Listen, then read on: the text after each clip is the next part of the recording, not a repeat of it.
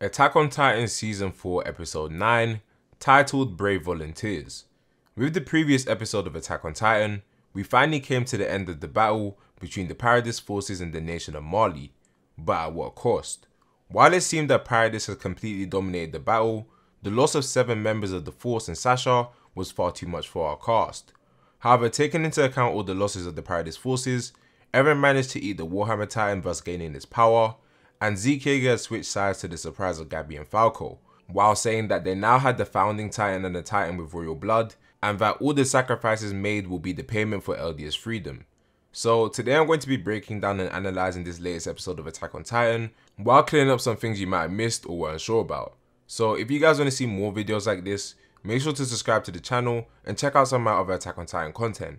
Also, make sure to join my Discord server, which you can find in the description, if you want to discuss more about the episode or just hang around. However, let's get right into the video. With the beginning of episode 9, we've officially ended the attack on Mali, and we start to see the events that took place on Paradis during the time skip. The episode kicks off with Armin sitting inside of a room, while holding the seashell he took from the ocean all those years ago. And he's talking to someone in past tense about the events that happened on Paradis Island 3 years ago, and when they had the chance to actually change things, because the death of Sasha is looming over him, and he wondered if there might have been another path they could have taken. So he's recording the past. We then see a Malian survey fleet entering Paradis Island after the events of the Return to Shingeki arc, and the commanding officer on board and the other crewmates are basically talking about how Paradis is a threat to the world and how they managed to defeat the warrior unit. So this was shortly after the defeat of Reiner and Zeke, Armin taking Bertolt's Colossal Titan powers, and obviously Annie being captured.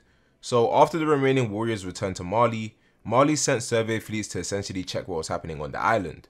Upon nearing the island, suddenly the ship starts to get lifted into the air by none other than Eren in his Titan form, in the exact same way that Eren Kruger did when we saw him killing the Malian soldiers and destroying their ship through Grisha's memories.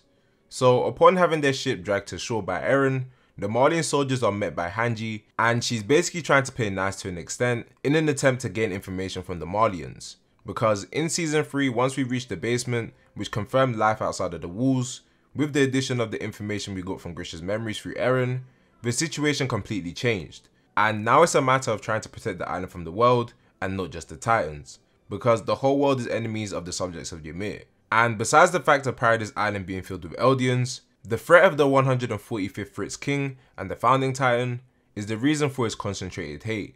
So Paradis has been taking down all of the Malian survey ships that arrive on the island while trying to gain intel to aid their survival, which was a very risky tactic but ended up paying off. With this particular survey ship, we see familiar faces, being Yelena, who is a follower of Zeke, and Onyankopon, who we saw with the survey corps 2 episodes prior. After Yelena kills the commander in charge and uses her men to control any threat on the ship, following the fact that she just killed the leader, she says she's willing to take Hanji's invitation to talk and that she really wanted to meet Eren. After managing to get a chance to communicate properly with Malians, we see the members of the Levi squad on top of the cliff, and they're basically expressing their thoughts on the situation.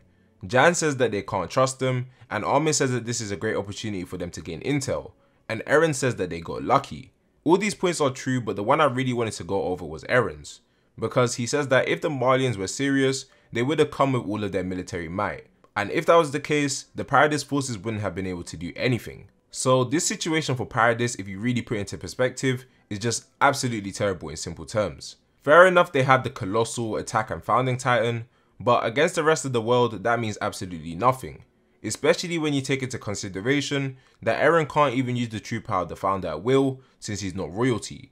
And even if he was, the vow to renounce war would prevent him from liberating Paradis anyway. So right now our cast is just trying to find any means possible to survive. We then have Yelena explaining the divisions of Mali and just how much power the nation holds, while showing Hanji and Levi just what to expect from a standard Malian soldier, which once again highlights just how much weaker the Paradis Island is compared to Mali, and just how uninformed they are when it comes to the rest of the world. Upon realizing this herself, Hanji asked the question as to why Mali hasn't already come to absolutely destroy Paradis Island, and Yelena says the reason that Mali hasn't attacked is because their initial plan of making Titans and sending them into Paradis as a means of locking them in now essentially protects Paradis, because how can they land on an island full of Titans? Even for the Malian army that would be very difficult. So this has actually saved Paradis, or at least did, because we know that pretty much all of the pure Titans were killed in the span of a year by the weapon they created from Eren's hardening. However, the biggest reason for Marley not attacking is because Marley had entered war with the Middle East Allied Forces, which is the war we saw end with Marley's victory at the start of season 4, meaning for the time Paradise Island is still safe. After explaining this fact to Hanji, Yelena states her motive of freeing the Eldian people, and she lets them know that she and her men are working under Zeke Jaeger as the anti-Marleyan volunteers. We then cut to the room where the forces of Paradise have their meetings, and for the sake of the video and not stating every little detail, I'll summarize what we learned from here and expand on what I need to, as there's actually a lot of information. First things first, we have Zeke's terms for helping the island. He says he wants to stay on Paradise for the rest of his term. This is obviously after he betrays Marley. And the next thing he wants is to meet with Eren, who is his half brother, for the reason of the founding Titan's true power. And in exchange, he wants to aid Paradise in terms of information and holding back Marley. Now, obviously after hearing this, the people in positions of power decline and say it's ridiculous. And naturally, it wouldn't make any sense whatsoever to work with Zeke, since he literally single-handedly laid waste to the majority of the Survey Corps, and literally was their enemy. However, after hearing Zeke's requirements, Eren agrees that they should work with him and that he's telling the truth. And obviously, this ties back into the ending of season 3, where we have Eren coming to the realization of how he managed to actually use the Founding Titan's power for that split second. And it was because he came into contact with a Titan of royal blood, which was Dina Fritz, which enabled him to use the powers while not being of royal blood himself. So now that his findings have basically been confirmed by the terms of Zeke, Eren says that with Zeke's help, they'd be able to use the power of the Titans in the walls to initiate the rumbling and destroy their enemies. And he kept quiet about this fact because he couldn't let Historia get turned into a Titan on a whim. And as Zeke is the Beast Titan and the son of Dina Fritz, who was royalty, Zeke is an option for freeing Eldia, meaning that a solution for Paradise's survival has finally come onto the table. We then get some more scenes of Paradise capturing all of the Marleyan survey fleets over the years with Yelena's help, and using the soldiers as bait to lure the ships, and then Armin popping out of nowhere in his Colossal Titan form to prevent them from leaving. So this episode really is just going over the drastic changes on the island and how we got from where we left off before the time skip to now, as we see Eldians and Marleyans, although a limited amount, coming to an understanding as said by Armin. We also see the development of guns, different food and customs, information being traded, the creation of a port, and just both of these sides coming together.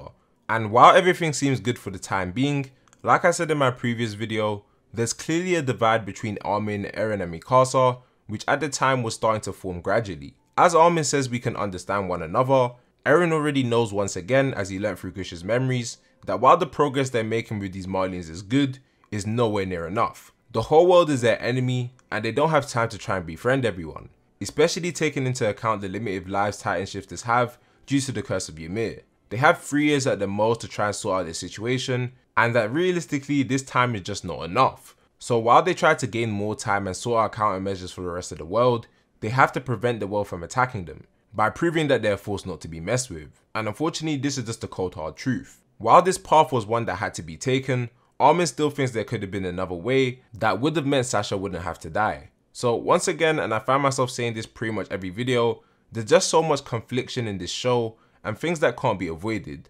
And I think this episode is really good in showing the mindset of our characters, especially Eren, and clears up a bit as to why he became the way he did and why he attacked Marley when he did. And Armin is just reflecting on all of this stuff, and even though he knows it had to be done and couldn't be avoided, he feels like he just doesn't understand Eren anymore. And with the ending portion of the episode, we have Levi escorting Zeke to the massive forest of trees, which is a good place to keep Zeke in case he tries anything, because the terrain is perfect for ODM gear. Sasha's family and Niccolo, who is a Marleyan soldier, visiting her grave and coming to good terms, as Niccolo likes Sasha a lot because she enjoyed his food, Gabi and Falco being held in a prison cell, the Paradise forces gaining more Titan transformation serum, and arresting the anti-Marleyan unit until they can identify Zeke's true intentions, the reveal of the person Armin was actually talking to, which was Annie, and Mikasa saying Eren's words of the past back to herself, with the episode ending with Eren in the mirror telling himself to fight.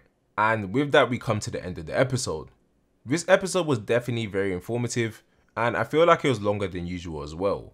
And just because of how much information there was, I didn't want to go into every single detail mentioned, or at least I tried not to, because the video would be way too long and I'd just end up talking about everything under the sun. So if there's anything I missed out that you might have wanted clarification on or wanted to know more about, make sure to comment it down below and I'll do my best to answer. But this episode was really good for a flashback and it looked amazing, so I'll give it an 8.5 out of 10. And be sure to let me know what you thought of the episode down below. So that's it for the video, guys. If you enjoyed it, make sure to smash the like button down below. And also subscribe to the channel if you've been enjoying my Attack on Titan content. Also make sure to join the Discord server down below if you want to talk Attack on Titan or just anything in general. And with that being said, I'll see you guys in the next one. Peace.